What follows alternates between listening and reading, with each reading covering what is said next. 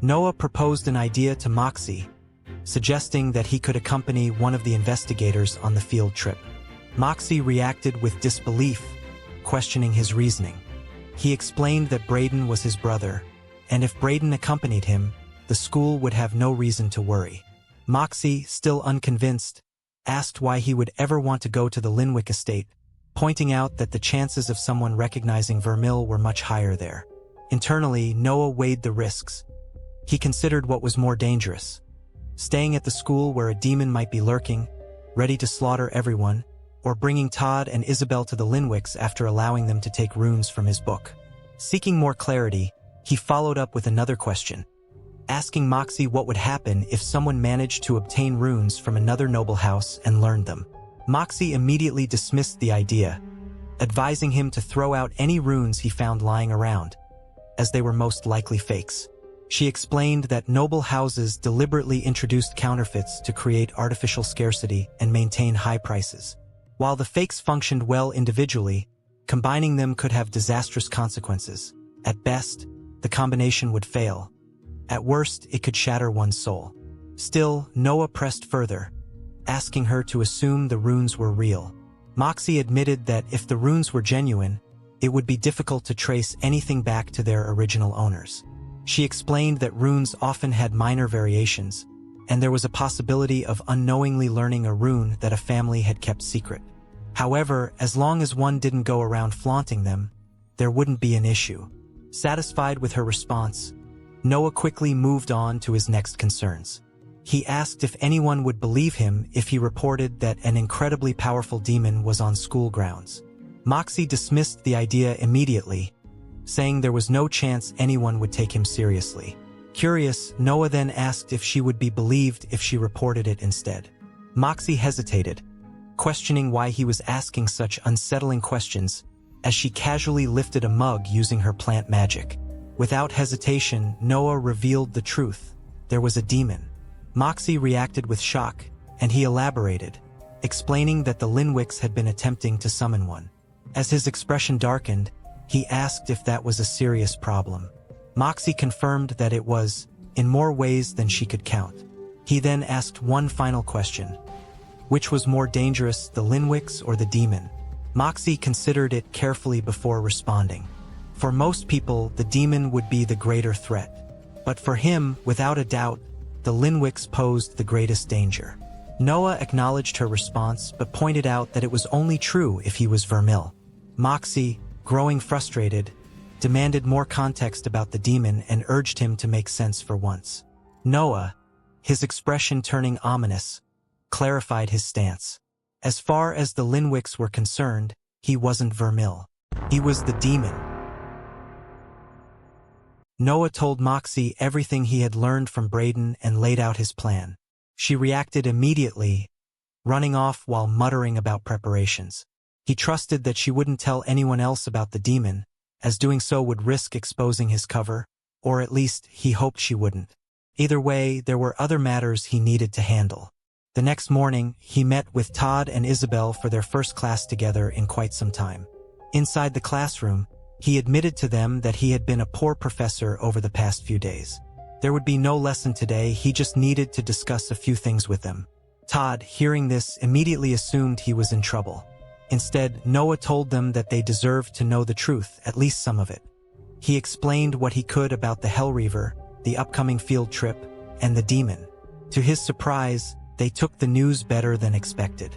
Todd, grinning with excitement, focused on one particular detail.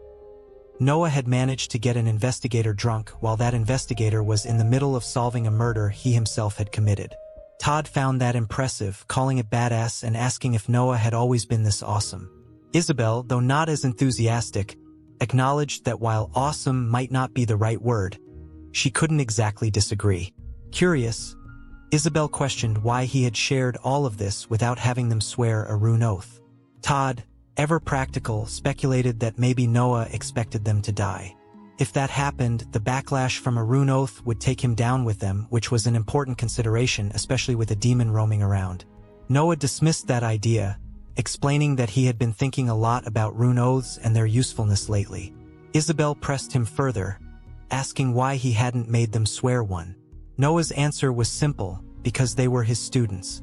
Forcing them into an oath of secrecy would only implicate them further. They hadn't asked to be dragged into this situation. Isabel, considering his words, saw through his reasoning. He hadn't made them swear an oath because he wanted them to be able to distance themselves from him if things went wrong. If someone found out, they could walk away without being bound by an oath. Noah confirmed it. If someone tried to force information out of them, he wanted them to tell the truth.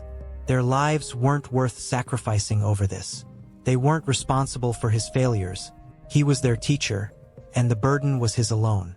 Before he could say anything else, Todd suddenly jumped up, declaring that he wasn't telling anyone anything. That wasn't how he operated. Isabel agreed without hesitation, making it clear that she had no intention of helping nobles. She was glad to see the Hellreaver gone. With that settled, Noah moved on to the next important topic. He told them to seriously consider whether or not they wanted to go on the trip. He couldn't guarantee their safety at the Linwick estate. Isabel reassured him that they understood the risks and were taking the situation seriously. They would meet the next morning by the transport cannon. Noah nodded. Tomorrow morning it was. 2 hours later, at the library, Noah and Lee sat together. Noah had been meaning to ask something and finally spoke up, questioning whether Lee was a rank 1. Lee shook her head and explained that she was rank 3, adding that rank 1s of her kind didn't last very long. They either got strong quickly or died.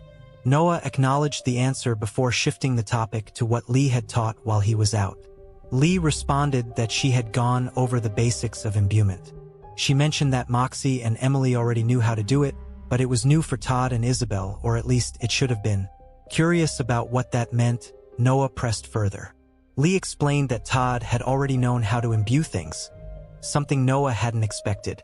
Surprised, he asked whether Todd had studied it on his own, but Lee quickly dismissed the idea, revealing that Todd had taken to it instantly.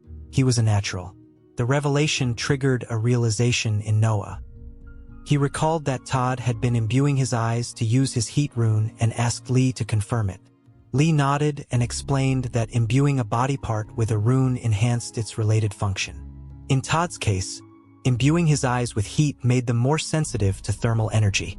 They likely became extremely hot as well, but that was why intention was crucial.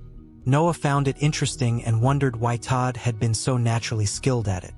Lee admitted she had no idea, explaining that Todd had clammed up when she started asking questions. She didn't care enough to pry, so she let it go. Noah acknowledged the answer before his thoughts shifted. His attention turned to the books in front of him, particularly the rank 2 runes. He noted a pattern: sweeping shadow, molten flame, churning wind. The books only listed the rune names without showing the symbols themselves, but he realized that each rank seemed to have an extra descriptor.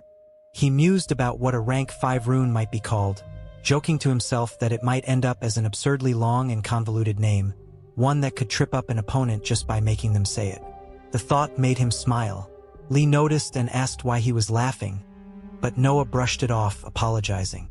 His internal thoughts continued as he analyzed rune combinations. The more unique runes he combined, the harder it would be to find another match for the next rank. Simple names would likely be better in the long run. If intent mattered in imbuement, it probably mattered in rune combinations too. If he combined them as they were now, he speculated that they might form something like Flowing Ash or Shaking Ash. Sunder would let him test infinite combinations, but if he had to refill his runes every time, it would take forever. Unless he considered another possibility. What if he could imbue fully filled runes somewhere and store them for later use? His curiosity led him to turn back to Lee. Interrupting whatever she was focused on, he asked how much of a rune could be imbued. Lee, slightly annoyed, answered that it could be as much as one wanted, but only an idiot would imbue too much at once. She explained that a rune was like a lake. By imbuing, one created a river that pulled energy from the lake. If the rune was fully imbued, the river would be cut off from the lake, leaving the energy isolated. Even though energy remained in the river, one could only control what was in the lake.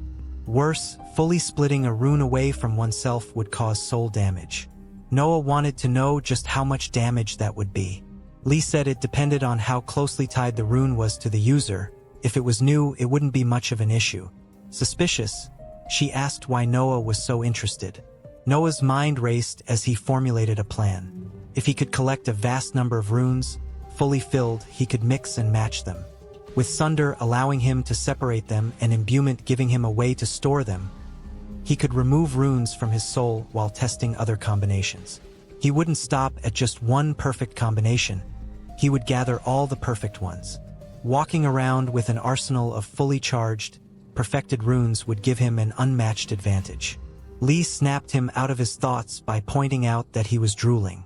Embarrassed, Noah wiped his mouth and admitted he was just excited. Lee asked what he was excited about, and without hesitation, Noah stated that he needed more energy for his runes. It was time for him to reach rank 2.